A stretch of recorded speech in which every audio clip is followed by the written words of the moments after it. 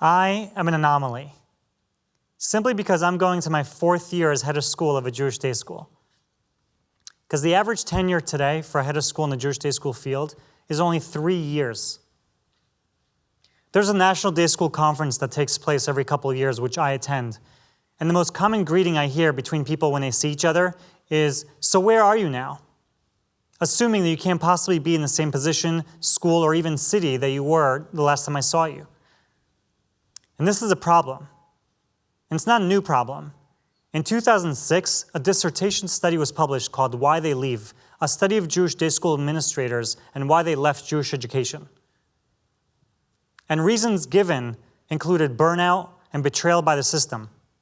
If I asked you to invest your money into a business, and I said, but one thing you have to know is that the company can't hold on to their CEO or CFO for longer than 3 years at a time, you probably would never invest your money into that business.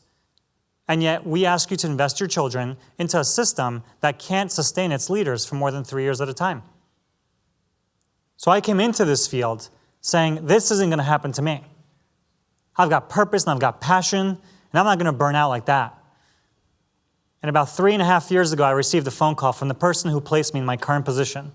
And she asked me a question. She said, "Are you ready to lead an Orthodox school?" And I said, yes. I had vision, I had dreams, I had aspirations for the school, for the community, and for the field, and I had an image of myself and what I wanted to bring to this position. And perhaps what I failed to acknowledge at the moment with that question is maybe some community members had an image of their own. You see, this is typically the image that people have when they think of an Orthodox rabbi. I know this all too well because most parents that come to visit our school, when they're introduced to me, have one of two reactions. Either you're the rabbi, or you're not what I was expecting. But perhaps this image is inspired by the Shulchan Aruch, which discusses the kind of person that can lead a community. And it says, this person should have a pleasant voice and appearance, should be married, have a beard, should be fully familiar with the liturgy, should be of blameless character, and be acceptable in all other respects to the members of the community. And I read this description and thought to myself, thank God I'm married. See, I didn't really anticipate that I could live up to this image outlined by the Shulchan Aruch, but I did not anticipate that people would expect that of me either. So for the first 2 years on the job, all I kept doing was trying to live up to this image of infallibility, this perfect being. And then came year 3. And a board-appointed head of school committee asked me to articulate a vision statement for the future of the school. So I took all the anecdotes and all the data that I gathered from all the stakeholders of our community over the first couple of years, and I put it into a document, and I handed it in, and my committee took a look at it and looked up and said, this is a plan. Where's you? Where's that person with the passion and purpose that we saw when you first came in? And it was at that moment that I realized, in trying to live up to this image of infallibility, of perfection, of what others wanted of me, I lost me. Where have I gone? And it was at that moment that I realized I really need to grapple with this because I could be slowly burning out. See, what I realized was that the reason why I was feeling this way is because in my role, I felt like I needed to have the answer to everything and be the answer to everything. Recently, I hosted an admin meeting with my administrative team, and I asked them a rather simple question because a kickball game was being planned between the 8th grade female students and our female staff. So as an Orthodox school, I asked, are we going to allow the boys over bar mitzvah and the male staff to watch this game? And a conversation ensued for a couple minutes, and then the scariest thing in the world happened. They all looked at me. And I knew what that meant. That meant was I was supposed to have the answer. After all, I'm the rabbi of the school. And I didn't have it. And at that moment, all I wanted to do was hide under my table. And that's a rather inconsequential example. There are much more serious examples that I can give you, where people come to me for answers on child rearing and on adolescence and relationships and some existential questions about Judaism. And I'm supposed to have the answer to everything and be the answer to everything. And it's those moments where I begin to feel the imposter syndrome, where I begin to question, do I have what it takes to fill this role? Do I belong sitting in this seat? And it's at those moments where I begin to hide. And I begin to build the walls around me because I don't want people to see those gaps. And when I build those walls, I start to sense true loneliness. Because when I build the walls around me so people don't see me, what I'm missing is that I can't see others either. And that's really lonely. And I'm not talking about just my team. I'm talking about my family, my spouse, my children, my community. I'm not allowing me to be out there. I'm not allowing people to see who I am and what I stand for. I can't share myself with others. And this is not just in leadership. We do this across the board. We impose an image on other people all the time, on our friends and our neighbors and our coworkers. We do it to our spouses, we do it to our children, where we expect people to live up to a certain image that we impose on them. And then we are forced into hiding and to ask ourselves questions like, do I have what it takes to make this person or these people happy?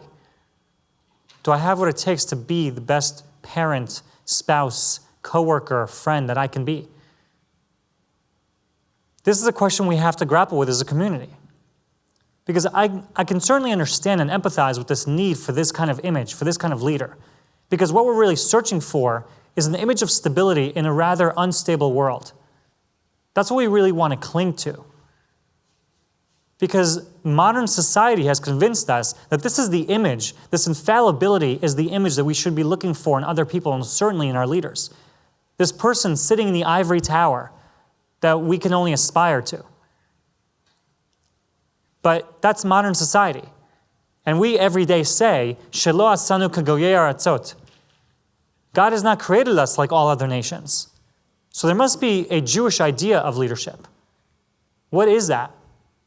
Because if this were our definition of Jewish leadership, then Moshe Rabbeinu, the greatest Jewish leader of all time, really was primed for leadership.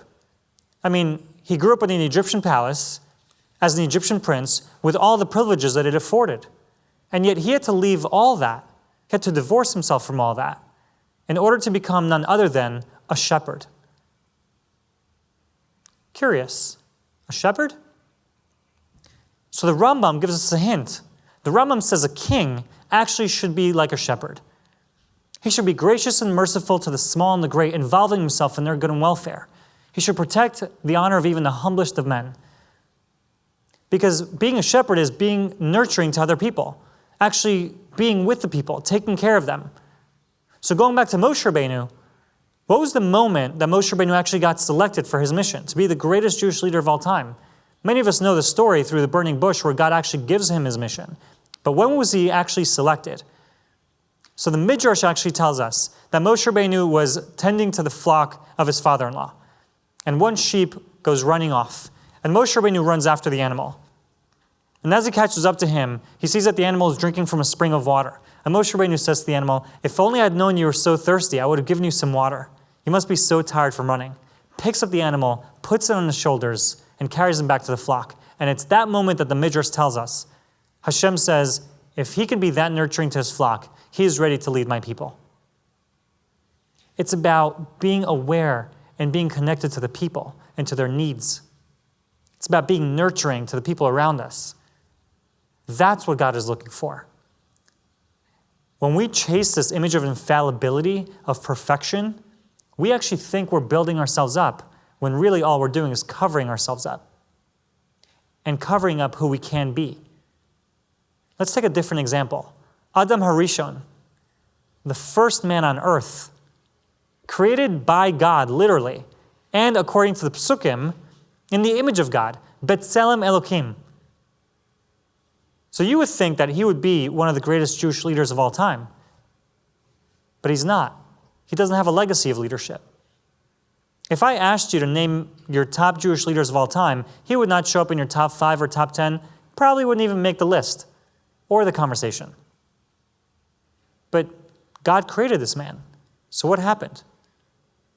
So let's go to a famous story that we all know about Adam. God comes to him and he asks, Ayaka, where are you? And Adam responds, I was afraid because I was naked, so I hid. What was he afraid of? Well, he sinned, so he was feeling vulnerable and shamed. But God's question is the curious part. God knows where he is. God's not playing hide and seek with Adam. He's saying, Ayeka, where are you? Where is this human being that I created? Did you think that when you were created in the image of God, that it meant you had to be God? You had to be this all-knowing, all-perfect person? That's not what being a human being is about. You're supposed to be here to connect to people. How can you be the father of humanity if you can't connect to the people? If you're covering yourself up, there's no way to connect. I need you to be you. I need you to own mistakes. I need you to learn from them and grow from them. There are other Ayeka moments in the Torah when God shows up to other people and calls out to them. The Sifra says when God shows up to Moshe and calls out to Moshe and to Avram and to Yaakov, their response is very different. Their response is, Hineni, here I am. Meaning, in all of my glory, everything I have to offer. I'm ready for the task, whatever it may bring. But I'm not perfect. I may not do it all right. I might make mistakes along the way. But here I am. I hope you'll take me. Let me give you a modern day manifestation of this. Yom Kippur. I'm commanded to be angelic, to be like an angel, and to get as close to God as possible. So every Yom Kippur, I go to shul, I dress in all white, I refrain from eating and drinking, and I stand there all day. And you would think if I'm supposed to be in this image of being as close to God as possible, this image of an angel, I should be listing all my virtues. God, I was nice to my wife, and I was good to my neighbors, and I gave tzedakah, and I did some chesed this year. But instead, what do? I actually stand there in shul all day, and I beat my chest, and I say, Chatati pashati. I am a sinner, God. I've made mistakes this year. Please help me. See, it's not despite their vulnerabilities that our leaders became the Jewish leaders that we know. It's because of them. Because they didn't cover themselves up. Let's go back to Moshe Rabbeinu. When Moshe Rabbeinu finally receives his mission, what's his response? He actually says, Aral Sfatayim, I have difficulty of speech. The Ibn Ezra defines that as, I'm not a politician. God, you're sending me in a political mission, and I don't know if I'm your man. And God doesn't say, you're right, you're not my man, let me send somebody else. He says, no, you're my man because of the essence you bring to the role, because of the way that you are going to connect to people. We see other shepherds like this. Rabbi Akiva, who saw water penetrating a rock, and at the age of 40 was so openly vulnerable that he was able to say, I am missing Torah in my life, let me go learn, and merits being the leader of 40,000 students. We have David HaMelech, King David, who actually writes explicitly in Tehillim, I'm a sinner. God, please help me. Wasn't despite their vulnerabilities, but because of them. So you see, I'm not this image of this rabbi, nor do I think I need to be, because perhaps I'm misinterpreting the Shulchan Aruch. Perhaps it doesn't mean that I have to be of blameless character and acceptable in all other respects to members of the community, as if I have to be this infallible, perfect image and perfect person.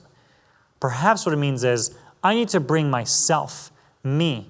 I need to be true to who I am and actually show people what I'm about so people can accept me for the entirety of my experience. And therefore, I can accept others for the entirety of their experience. Brings me back to my childhood when we all grew up singing the song, don't walk in front of me, I may not follow. Don't walk behind me, I may not lead. Just walk beside me and be my friend. Together we will walk in the ways of Hashem. Because I don't think as a community we want this image of infallibility, this person sitting in the ivory tower that is detached from us, that is unrelatable to us. I think what we truly deeply want as a community, we want to be moved. We want to be inspired by our Jewish leaders. In order to do that, we have to think about what we as a community must do with our leaders. We must give them the opportunity and set the space where we can see them for who they are, and they can be real with us and see us in return. They can't possibly move us and inspire us if they don't get to know us. And they have to get to know them before they can get to know us.